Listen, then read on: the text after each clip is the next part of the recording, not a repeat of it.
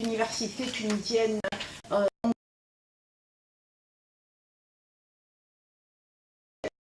Je finis bientôt. Alors ensuite, il y a, et c'est en liaison justement avec la visibilité, l'universitaire quand il se déplace, et beaucoup de nous, surtout de vous, en sciences sociales, juridiques, etc., des sommités internationales qui sont des experts internationaux, c'est à eux aussi de créer de la visibilité pour leur université et donc de montrer cette appartenance et à travers ça aussi on grimpe les échelons. Donc on veut un enseignant qui suit ses points, ses devoirs, mais c'est nullement pour le castrer. Il a une liberté dans ce qu'il fait. Et quand il est critique, c'est de la critique, il faut qu'elle soit prise positive et non destructrice ou rebelle. Un universitaire, par définition, n'est pas un agneau doux qu'on peut diriger parce que c'est une tête pensante. Voilà, merci à vous. Merci Niel. Alors, du pêle-mêle, qu'est-ce que j'ai retenu?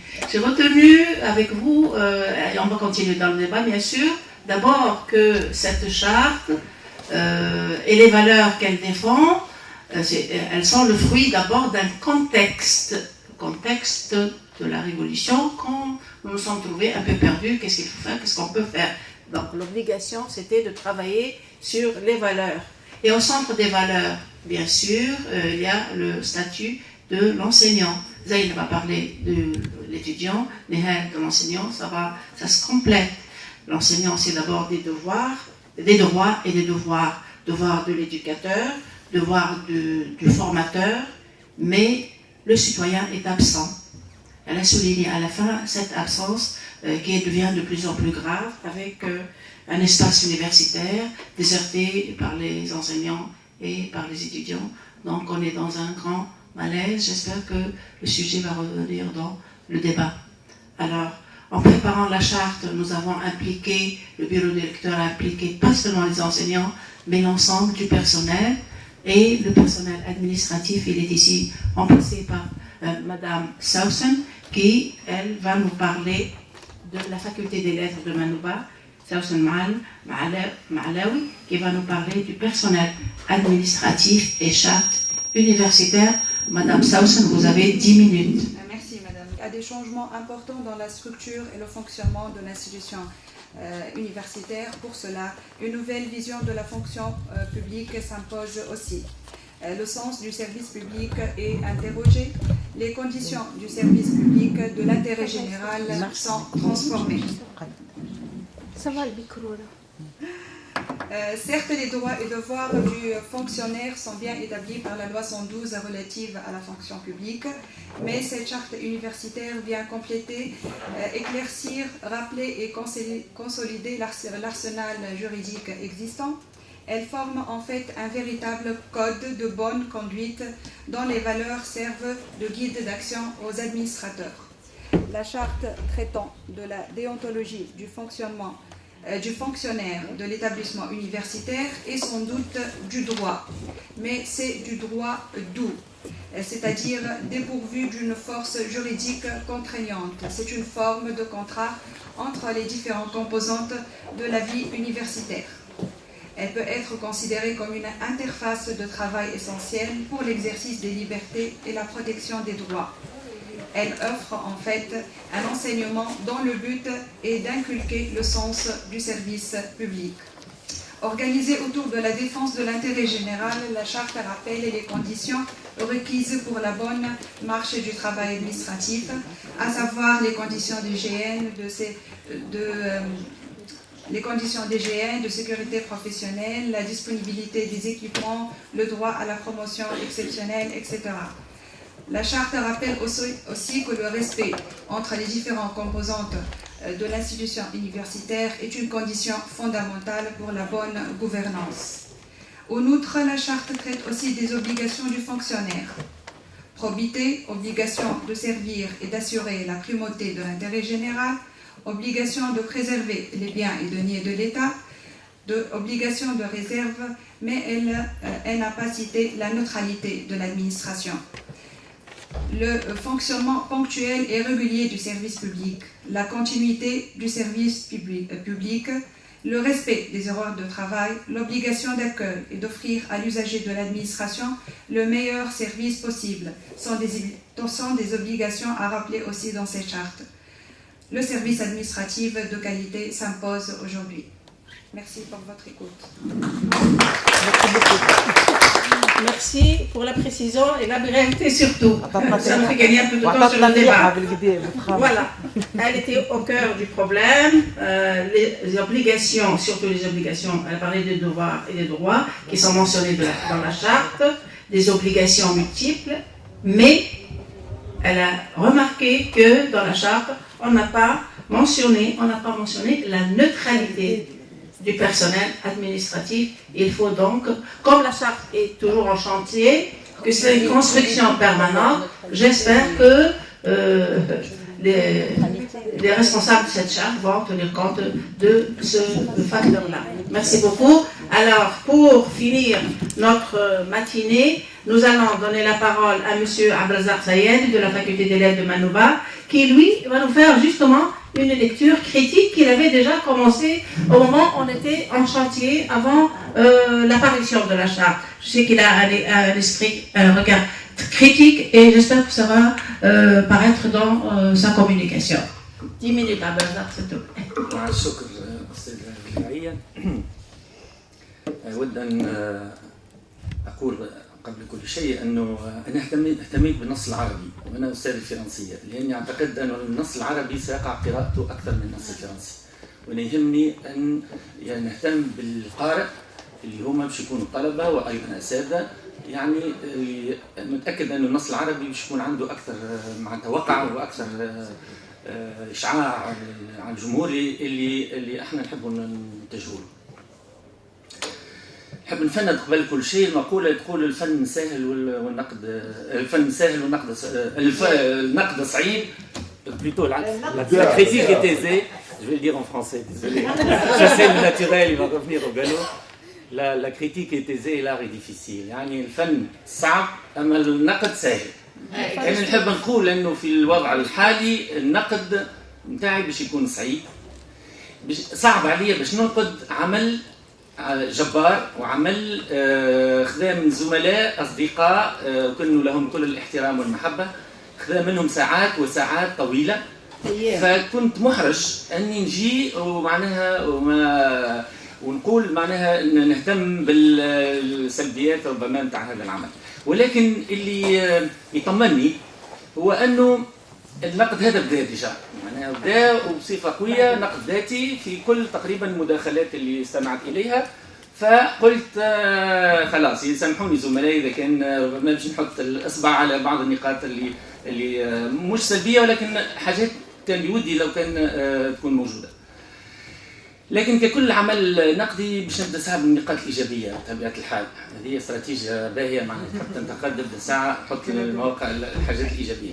الحاجات الايجابيه دابور انه بالنسبه للنسخه الاولى اللي استمعت اليها في اول اجتماع واللي هي فعلا وقتها اثارت نوع من معناتها التحفظ نتاعي، هو انه وقع اقحام الجانب التاريخي، الظرف التاريخي اللي تبلورت فيه فكره الميثاق هذا. يعني الهجمه اللي عملوها كيفاش نسميهم معناها حتى الكلمات صارت ملغمه، السلفيون والجهاديون والراديكاليون الذين ارادوا القضاء على المنظومه الجامعيه التقليديه بقواعدها الاكاديميه القديمه. يعني حبوا يدخلوا جامعه في وسط الجامعه، في وسط الكليه، النقاط في وسط الكليه الى اخره. هذه نقطه ايجابيه راها، لانه الميثاق هذا ما جاش من فراغ، بل جاء لكي يعني يعدل البوصله ويقول راهو الجامعه ما هيش باش تنحاد على المسار نتاعها بدعوى انه اليوم صار غياب الدوله وصارت معناها كل شيء ممكن. لا، مش كل شيء ممكن في الفضاء الجامعي. ثم زاد الإشارة إلى الفكر النقدي للطالب. هذه ما كانتش حسب ما نذكر ما كانتش موجودة، وهذه الحقيقة نقطة إيجابية. ثم أيضا التأكيد على أنه الفضاء الجامعي الدرس لا يمكن أن يصبح فضاء للدعاية السياسية أو الدينية أو الإيديولوجية، أي أن الفضاء العلمي يخضع إلى معايير علمية بحتة. طيب، إن قلنا الكلام هذا، ما الذي يمكن، ما نعرفش إذا كان ثم نسخة أخرى يعني يمكن بلورتها أو يمكن طبخها من جديد على كل، هي مجرد معنى اقتراحات. أنا لاحظت أنه هنالك نوع من الاحتشام أو الحشمة في تعيين الخصم الذي يهدد الميثاق الجامعي. اليوم خصومنا مع بيان سور نعرف انه احنا جايين من ثقافات مختلفه وكل واحد منا عنده شغله الشاغل، وربما الهاجس نتاع مقاومه الاستبداد التي سيطرت على الحياه الجامعيه في عهد بن علي خلت اللي فكره الاستبداد نتاع الوزاره تكون طاغيه. حسيت انه فما طابع النقابي معناها مهيمن نوعا ما على الشاب هذه الميثاق. اعتقد ان اليوم الخصم تغير. اليوم اللي يقول لك انه البدعه ابتداع هو بدعه، وكل محدثه بدعه، وكل بدعه ضلاله، وكل ضلاله في النار، ما هيش الوزاره اللي تقول فيه الكلام هذا. اليوم اللي يقول لك الفكر هو كفر، ما هيش الوزاره اللي تقول فيه هذا. اليوم اللي يقول لك العقل يجب عقله ويجب ربطه، ما هيش الوزاره اللي تقول فيه. اليوم خصمنا ما عادش الوزاره. اليوم الدكتاتوريه والاستبداد راهي تغيرت من الموقع نتاعها، ولذلك لازمنا نكون واعيين بانه اليوم الخصم نتاعنا هو زميلك الاستاذ اللي يرفض ان يصافح زميلته المرأة، وشفناها الحالات هذه حتى في كليتنا. اليوم الخصم نتاعك هو الطالب اللي تحب تفرض عليك النقاط في القسم. اليوم الخصم نتاعك هو الطالب اللي هو داعشي في مخه، واللي هو ينظر لك بحقد وكراهيه لانك انت تبث في افكار معناها يعتبرها هو كفر. معناتها في نقاشاتي اليوميه مع الطلبه يقول لك هذا فكر مش نتاعنا يا مسيو، وكفر ومتاع الحاد الى اخره. انا نعتقد انه اليوم يلزمنا نعملوا معناها كما الميزاجور، معناتها ميزاجور من خطابنا، وميزاجور حتى من اولوياتنا. اليوم من اولوياتنا اليوم ما عادش فما وزاره في الكليه، اليوم غايبه الدوله في الكليه.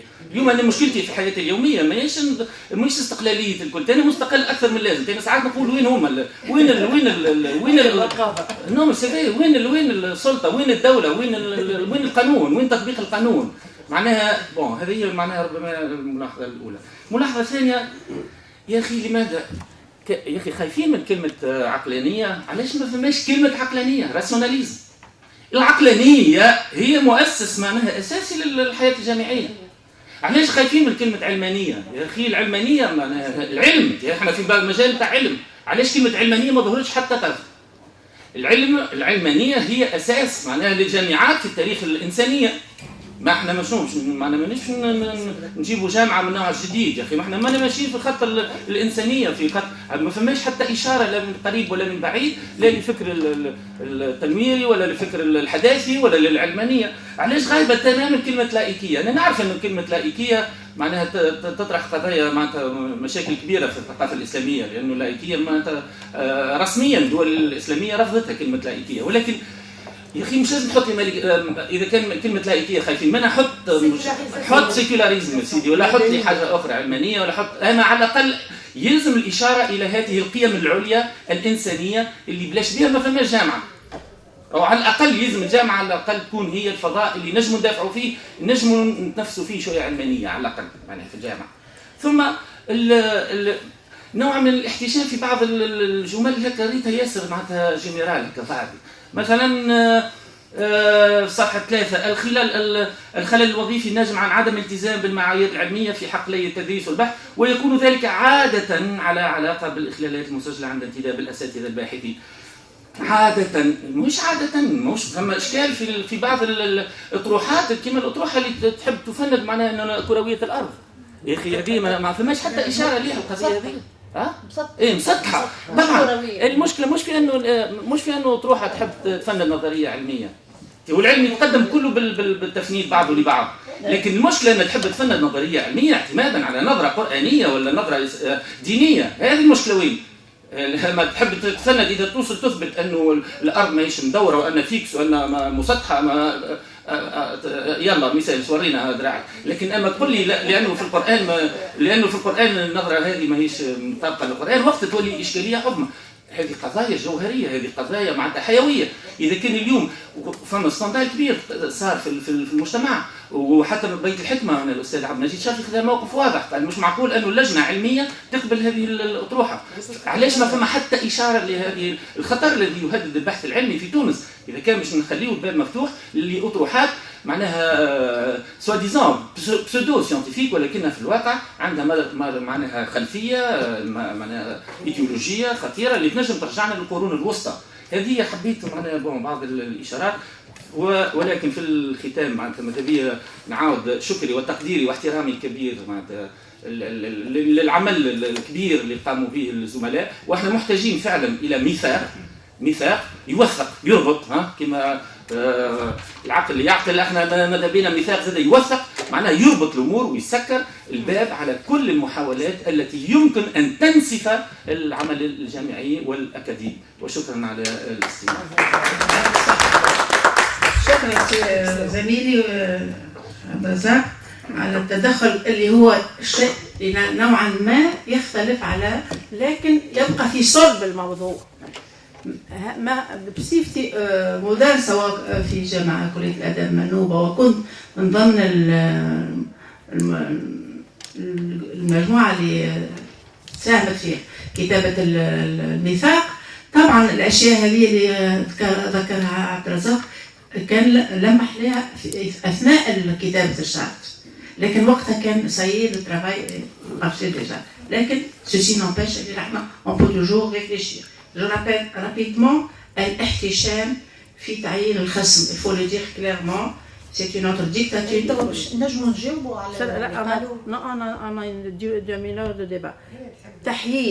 تحييد بإضافة الكلمات الدقيقة العقلانية والعلمانية مع الرجوع. الافونتاج أنه هو رجع في الصفحة الفلانية قلت كذا ولا.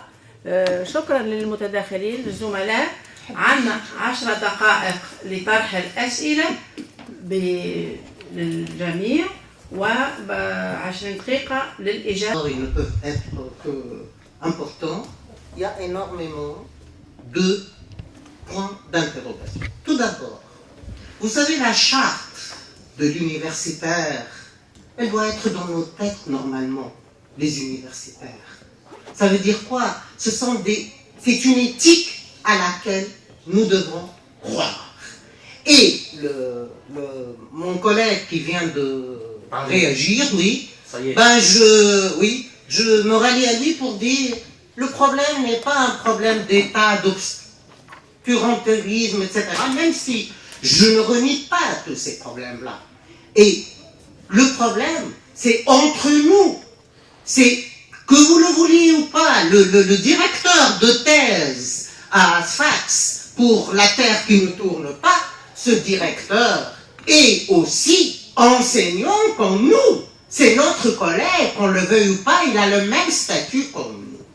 Donc, ça, pour le texte, un texte, quand on passe de l'implicite à l'explicite, le formalisme n'est pas toujours le bienvenu si jamais on ne tombe pas dans les erreurs de la spécification. Donc autant mes collègues, excusez ma déformation professionnelle parce que je suis juriste, autant je peux être d'accord qu'il faut spécifier. Oui, par exemple les faits qui ont fait qu'en Tunisie, on ait pensé à une charte de l'universitaire. Ce sont des faits qui m'ont fait mal, mais ce sont des faits ponctuels qui ne devraient pas figurer, à mon humble avis, dans une charte universitaire dont la pérennité et dont la durée de vie doit être très très importante. Ça, un. Deuxièmement, une charte, il ne faudrait pas qu'elle ait énormément, excusez-moi l'expression, de termes très généraux ou des évidences. C'est tout à fait normal. Si l'enseignant ne fait pas son travail comme enseignant, et nous avons diverses exceptions, le cours magistral fait encore partie de l'université tunisienne, les enseignants inaccessibles font partie de notre vécu. Oui, travaillons ensemble tout d'abord et acceptons de débattre malgré la difficulté. La décision de faire une charte, je l'applaudis. Je ne vais pas aller à l'encontre de beaucoup d'efforts, mais ne faisons pas une charte à durée de vie relative et qui peut être utilisée par l'ennemi. Une charte ne doit pas être une charte où il y a exclusion. Une charte doit être rédigée d'une manière telle qu'elle englobe tout le monde et qu'elle respecte les vraies valeurs humaines. Merci. D'accord. Tu peux préciser, quand tu parles de discriminer, D'exclure, qui a été exclu là? Ah, ok. Je peux. Parce que là, c'est pas clair. Oui. Ça marche bien. Il n'y a pas de souci. Par exemple, le fait que l'histoire de Manouba du drapeau, je ne vois pas pourquoi ce fait-là, spécifiquement, oui, moi aussi ça m'a fait mal et je suis contre cela. Mais est-ce que ce fait-là doit être spécifiquement le moyen pour nous concerter et pour que nous concerter, oui. Mais est-ce que c'est grâce à ce fait-là qu'il va y avoir l'éthique universitaire et que l'enseignant universitaire ait un statut d'enseignant avec les prérogatives qui lui sont requises? Alors, tu me réponds. Et s'il ne le fait pas? Oui, ce que je voulais dire, c'est que une charte, c'est pas quelque chose qui de pérenne. Je crois que, au contraire, elle répond à une situation particulière et elle est née face à une situation particulière qui est la naissance d'une idéologie destructrice du savoir. Une université, c'est le lieu où le savoir, la science rationnelle, comme disait mon ami Al-Razer, circule. À partir du moment où cette charte est née pour redonner à l'université la place qu'elle devrait occuper, je ne comprends pas pourquoi je ne partage pas les propos de Najwa. Voilà ce que je veux dire. Je pense au contraire qu'elle répond à une situation particulière qui est la préservation de l'espace universitaire. On a vu quand même, c'est bon, je crois que ça marche bien ce truc-là, on a vu quand même l'université transformée, la Manouba, pas loin d'ici, la faculté de lettres, elle était transformée pratiquement en mosquée, ça n'est pas le rôle de l'université. D'accord. Sans exclure personne. La pensée religieuse, elle n'est pas condamnée. Si les gens réfléchissent sur les religions, au contraire, c'est une bonne chose.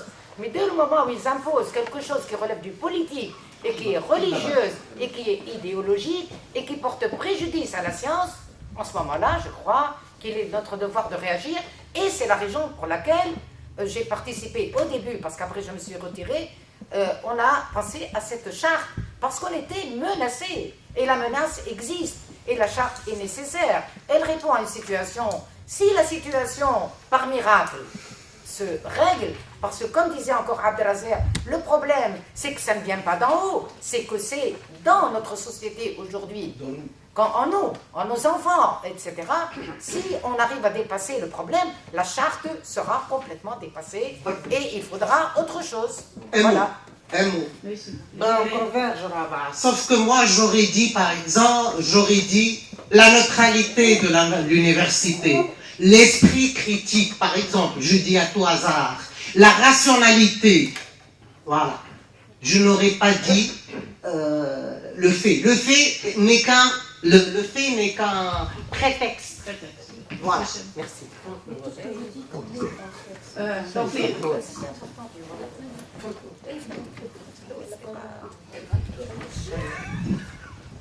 Je me suis dit à Abdelrazer pour sa critique que je trouve très pertinente. En réalité, la charte a été écrite dans un contexte d'absence totale des valeurs universitaires. D'unité de valeurs universitaires. Je peux vous citer un exemple depuis les années 80, pas 90, depuis les années 80. Je parlais de l'esprit critique à côté des sciences. Esprit critique dans les mathématiques, je ne parle pas de politique. Ça ne marche pas. Ça n'a pas marché. Donc, il y a ce fait-là,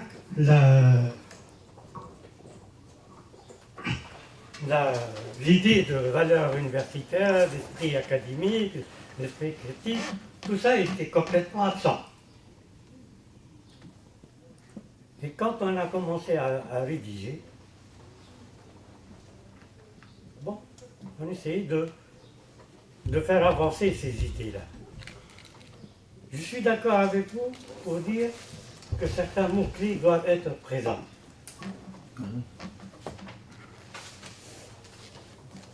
Et comme on vit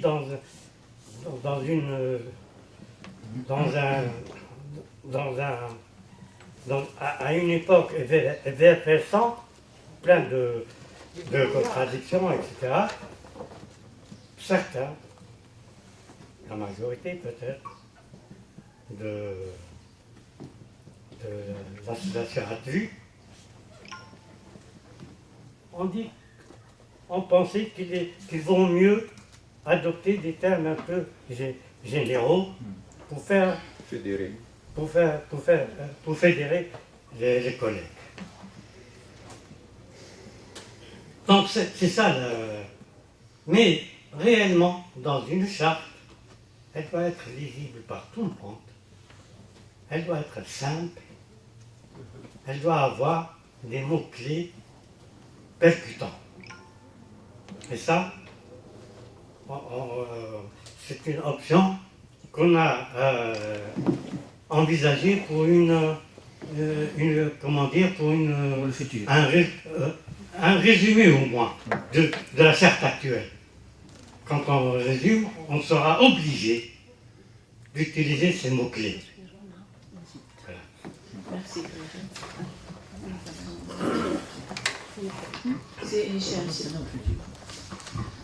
شكرا. عندي نقطة أساسية سأذكرها في الأخير، لكن قبل ذلك أنا أعتز بما قدمه الزملاء، لا سيما الزملاء الذين قضوا حياتهم في سبيل الدفاع عن الجامعة التونسية، سي خالد النويسر وسي حبيب ملاخ.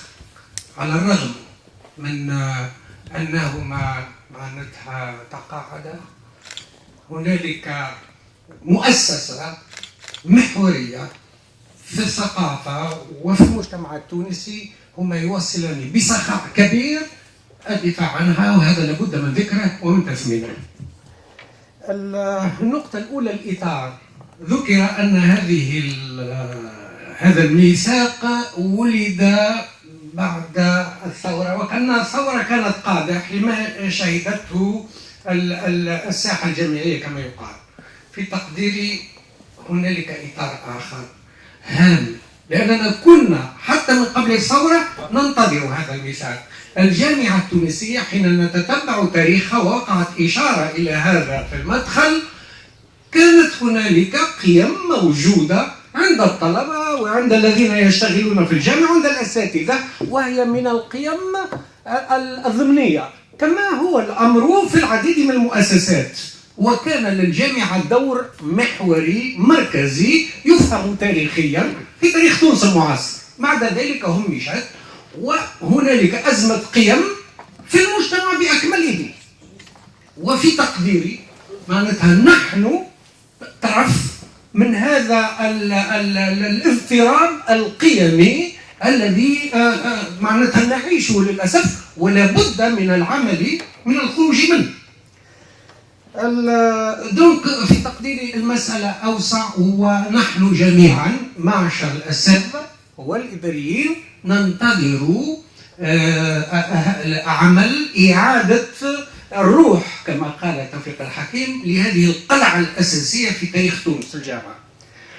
اطلعت على مجموعة من الوثائق الأخرى. بطبيعة الحال هنالك مواثيق جامعية في فرنسا، في الجزائر، في غيرها، قارنت معناتها هنالك حاجة إلى هذه المرجعية الأساسية. النقطة التي أريد الوقوف عندها النقطة الأولى ما ذكره الزملاء في تقديري، لابد من إيجاد قناة معينة حتى عن طريق الإيميل لتقديم الملاحظات، لأن هذا النص ينبغي أن توزن كل كلمة منه.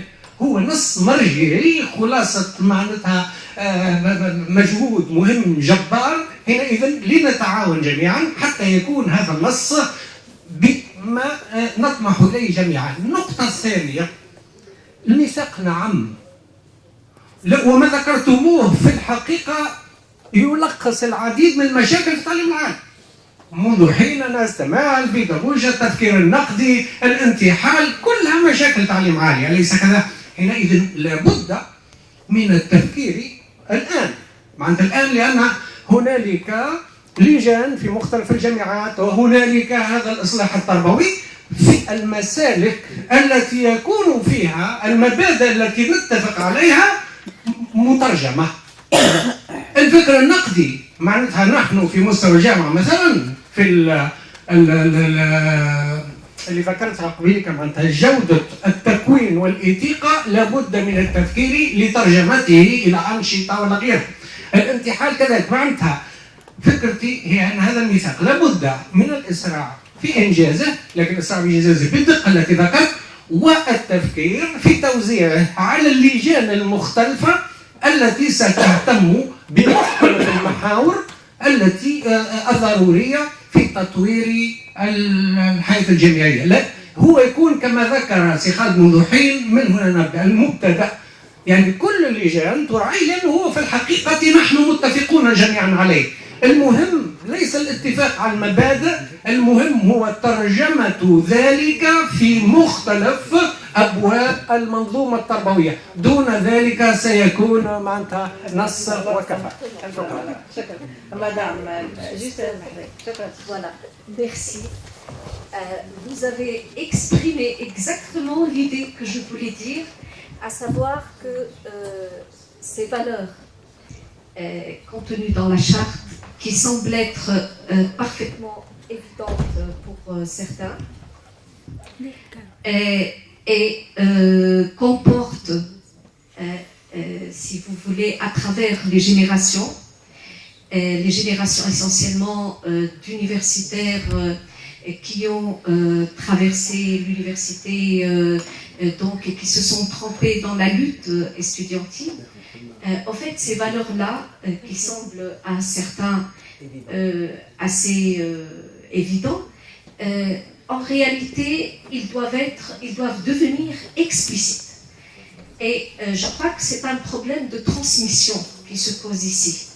C'est-à-dire que actuellement, il y a une déperdition de ces valeurs-là, et en contrepartie, il y a une recrudescence d'autres valeurs. Donc, à savoir, mis à part donc, toutes les valeurs véhiculées par certaines idéologies, je pense plutôt par exemple au carriérisme, à l'esprit mercantile qui réellement gagne du terrain parmi les universitaires, malheureusement. Je pense aussi à tout ce qui est malhonnêteté scientifique, plagiat et autres. Donc oui, voilà. Et là, alors on se dit, il faudrait qu'on puisse non seulement expliciter ces valeurs dans les textes, dans la charte en l'occurrence, et c'est une excellente initiative qui répond aux exigences du contexte actuel, mais aussi il s'agit de se poser la question comment traduire justement ces valeurs et ces principes pour que ça puisse s'incarner dans des programmes, dans des projets et pour que ça puisse constituer justement la base, si vous voulez, de toute tentative de réforme. Et je crois que là, ce qui est important aussi bien pour les universitaires que pour les étudiants, ce n'est pas du tout ce qu'on dit, parce que ce sont des choses qui ont été dites longuement et répétées, y compris par les pouvoirs successifs en place, mais surtout ce qu'on fait. Ce qu'on fait. Et là, je crois que nous avons une responsabilité historique de vraiment d'essayer d'incarner et de traduire ces différentes valeurs et ces principes dans nos actes. Nos actes, y compris les universitaires, les enseignants, les chercheurs, mais aussi les chefs de département, tous ceux qui ont une responsabilité pédagogique et scientifique, et bien sûr les décideurs à un plus haut niveau, parce que c'est d'abord des universitaires, il faut qu'ils puissent justement partir de ces valeurs et de ces principes pour pouvoir les concrétiser dans un ensemble justement de pratiques, de bonnes pratiques.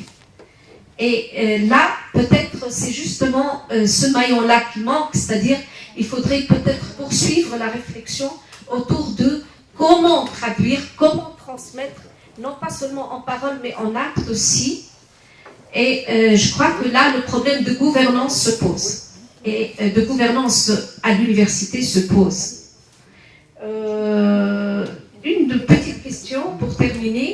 Alors, que devient l'observatoire des principes, enfin des droits académiques, je crois.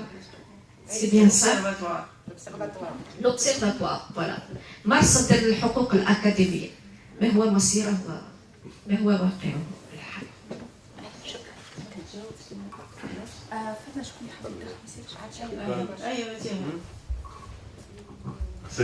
سامحوني انا جيت مؤخر لانه برشا التزامات وانا وحدي. شكرا على تنظيم اللقاء هذا اللي فيه نية لم شمل.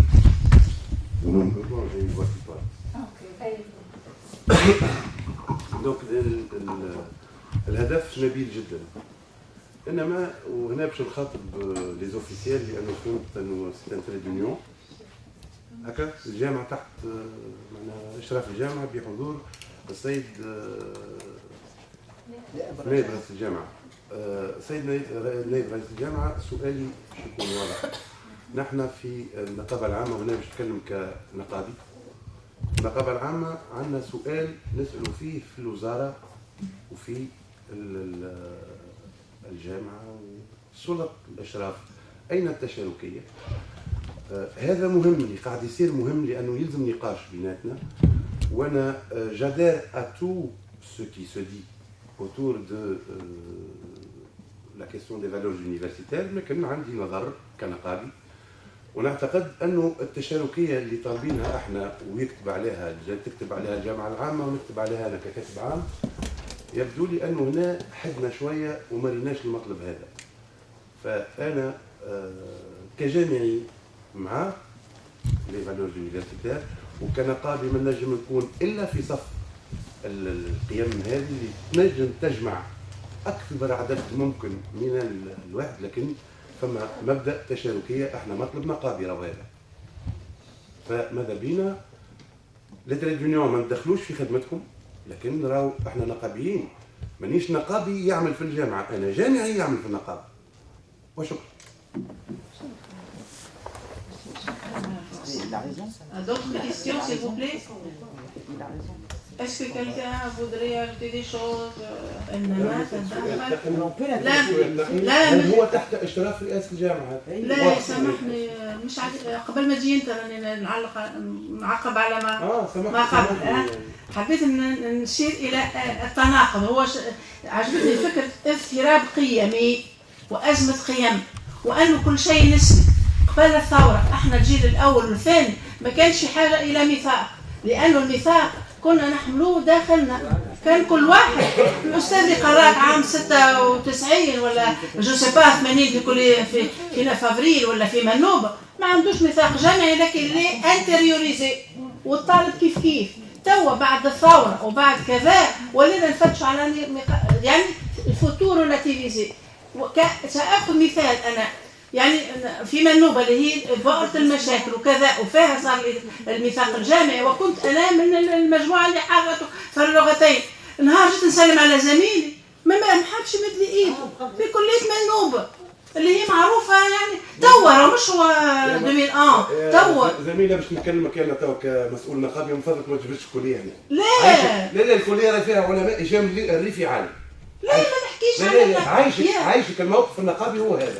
الكلية راهي فيها علماء، فيها أحمد إبراهيم الله يرحمه، فيها سي حبيب كالدغلي ونوريس كوثر. خليني نتحدث عايشك توا.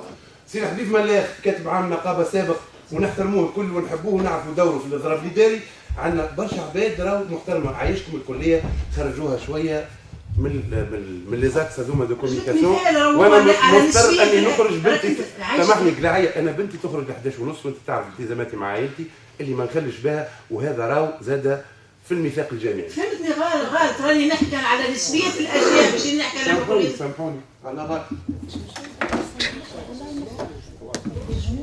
التدخلات بدنا نشكرهم على المقترحات والتصويبات اللي فيها عدد كبير معناها في محله، لكن نحب نرد الفعل على عدد من الملاحظات اللي فيها نوع من التناقض. كي نقولوا انه معناها علاش ما نسميوش الاشياء باسمائها معناها في الميثاق، هذه ماهاش مهمه الميثاق.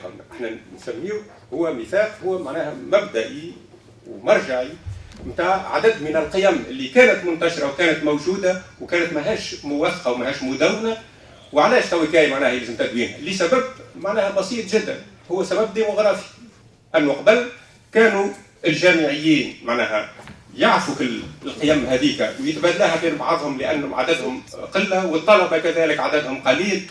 كانوا معناها عشرات من الاساتذه وكانوا بضع الاف معناها من الطلبه. اليوم بحكم العدد معناها اصبح هناك واقع موضوع يخلي انه اكل القيم هذيك تنجم تتلاشى وتنجم تضيع معناها في العدد معناها الكبير اللي ولا بمئات الالاف ولا معناها بالالاف بالنسبه للاساتذه وبمئات الالاف بالنسبه للطلبه. اذا هذا السبب الموضوعي كونه معناها هي اشياء مسكونه معناها في مثل ما قلنا في الواحد في الضمير معناها بتاع الجامعيين، ووجب الآن إذا تثبيتها حتى يقع نشرها وحتى يعلم بها الجميع ويحتكم إليها. الملاحظة الثانية هو أنه معناها قالوا معناها نذكر أمثلة. الأمثلة إذا ما تتذكرش أيضا في ميثاق معناها جامعي.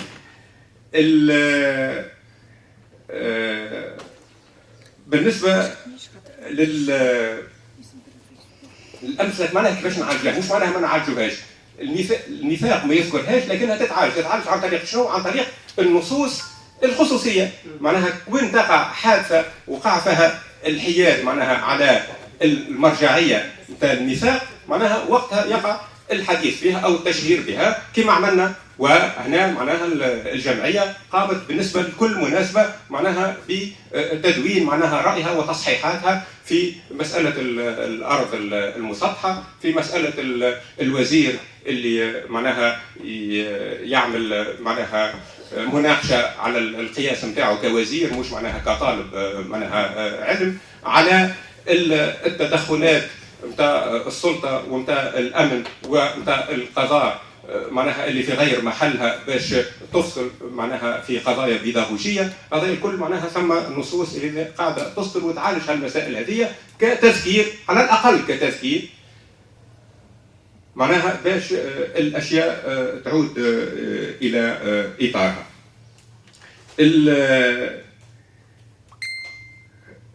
المساله الاخرى هي في خصوص معناها اعتماد عدد من العبارات معناها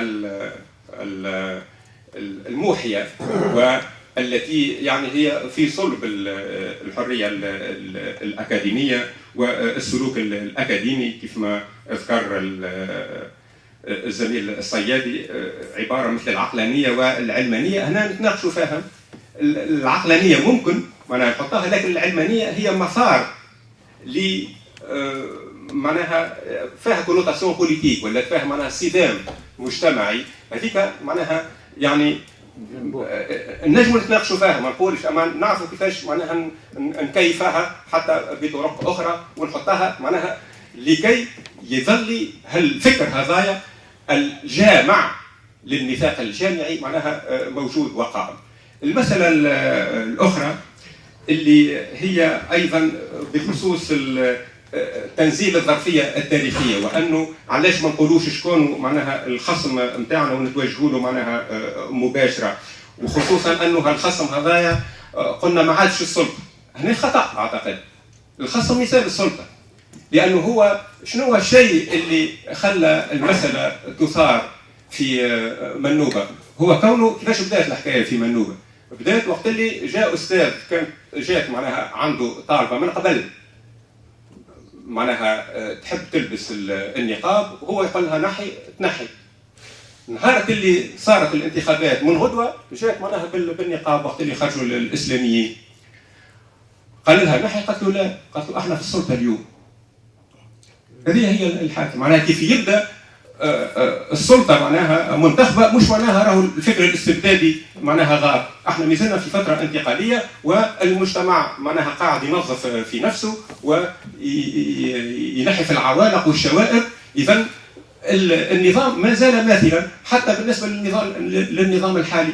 يعني نعرف كونه الفكر الديني الاستبدادي رغم التصريحات اللي تقول معناها كونه تخلصنا من كثير من الافكار وكونه بدينا ناخذ معناها في الطريق المدني، معناها الكثير يشكك معناها في هذه الاشياء. اذا هو من باب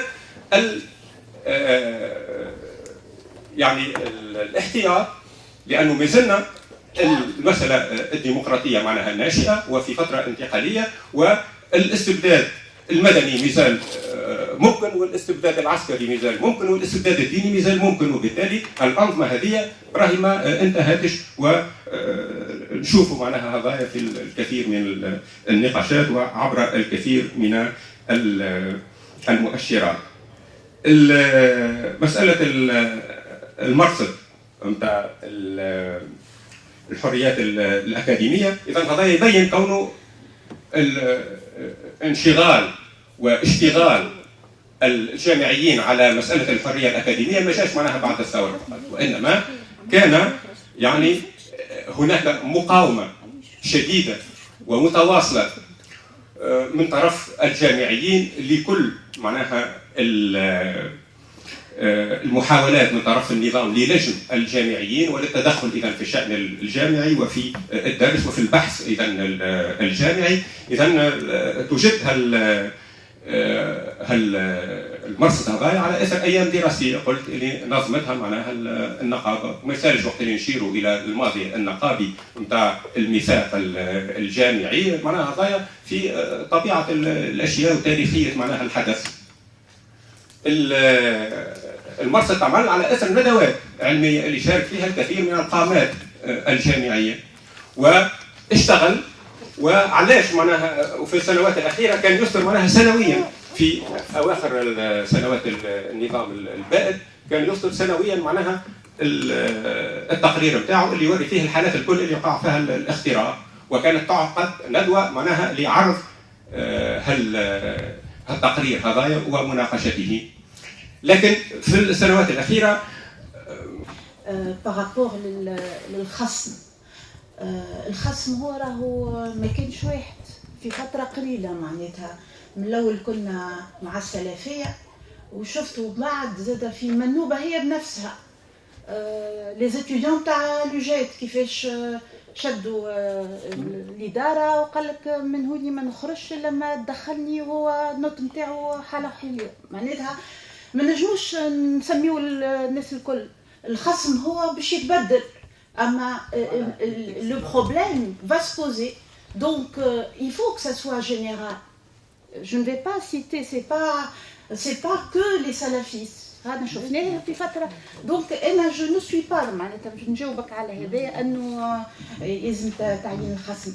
الحاجة الثانية والأخيرة اللي نحب نقولها أنه ما فهمتش الانترفونسيون تاع السيد، أما هوني كي نحكينا على نشر الميثاق هو بالحق توا جو ريفليشي معناتها جو بارل en réfléchissant pour dire que لازمنا نعملوا un site de l'association اللي نحطوا فيه الدوكيومون sous les différentes formes, qu'ils soient téléchargés.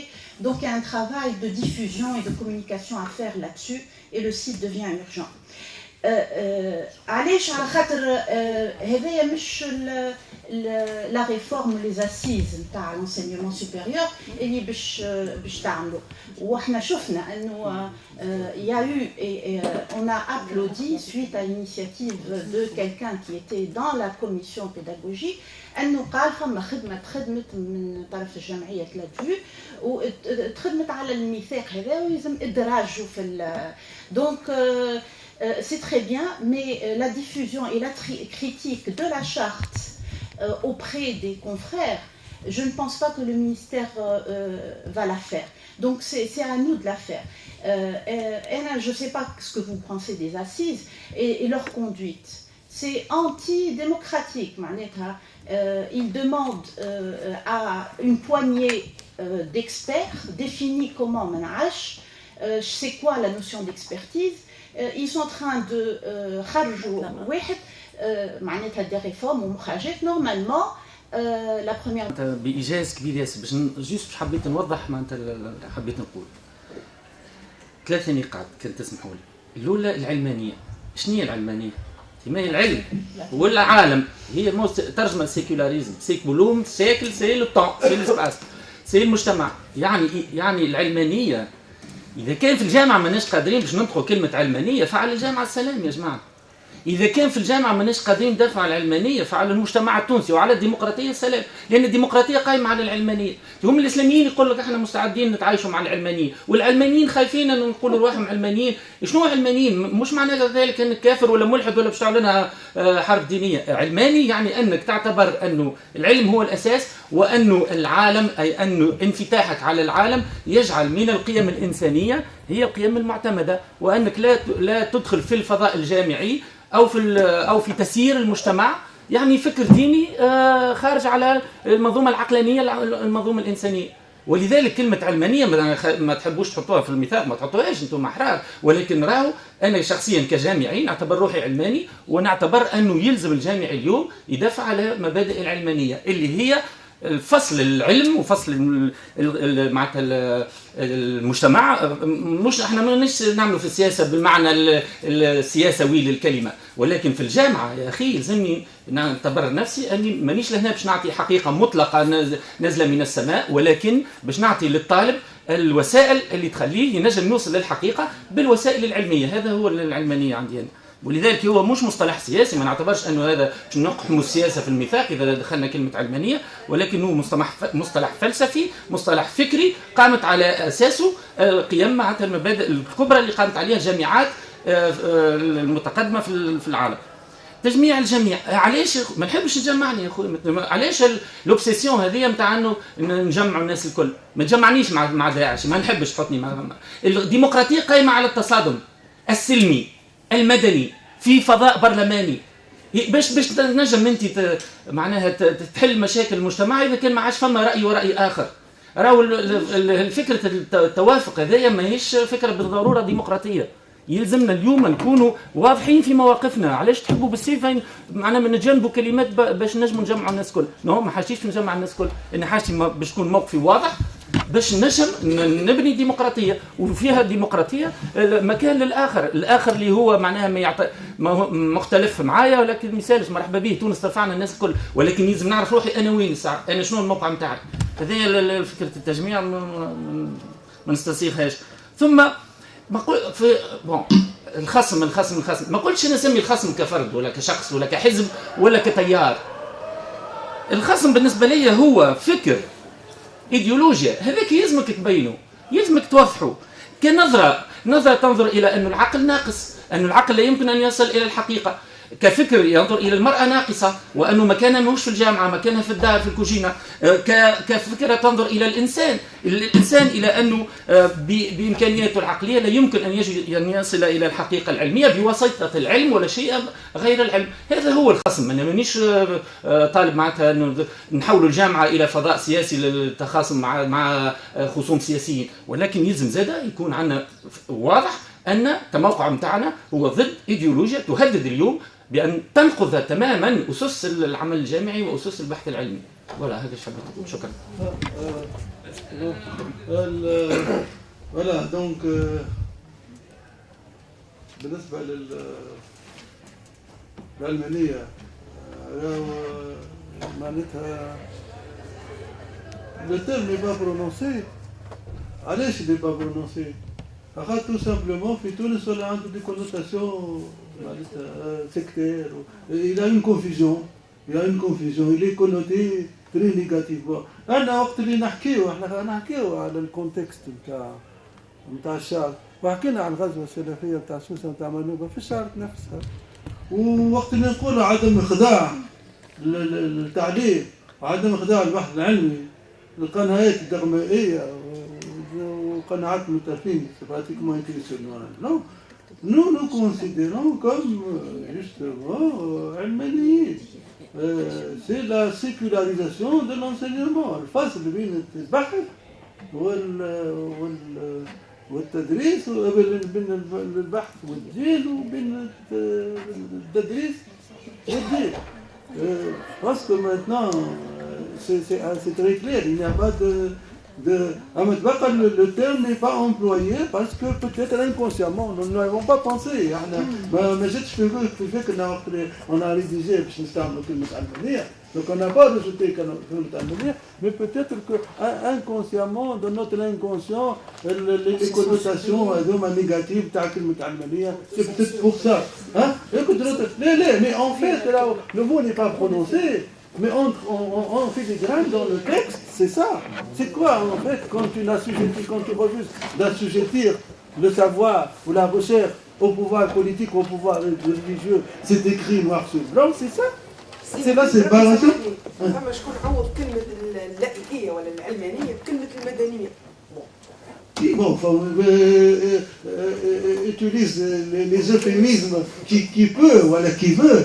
Mais l'essentiel de toutes les manières. Donc, بالنسبة لو احنا في المكتب من بكري خملنا ونرمي en ligne عندنا السيت بتاعنا www.tunisilumiere.ch. لا ده سوا ولا لا هذا عندنا il y a un malentendu. Donc on en reparlera. وقلنا في الاجتماع الاخراني اللي باش نحطوه le texte à la Tunisie lumière, même si c'est pas notre style. C'est pas important à qui il appartient ou à qui il n'appartient pas, c'est pas ça. Donc l'essentiel c'est qu'on va le mettre en ligne. باش ناخذوا الفيدباك نتاع الزملاء الكل نتاع الناس الكل. Évidemment le fait que les universités refusent c'est merveilleux. On va le mettre en ligne sur plusieurs sites, sur plusieurs pages. Oui, sur plusieurs pages. Effectivement. Donc bon, c'est essentiel.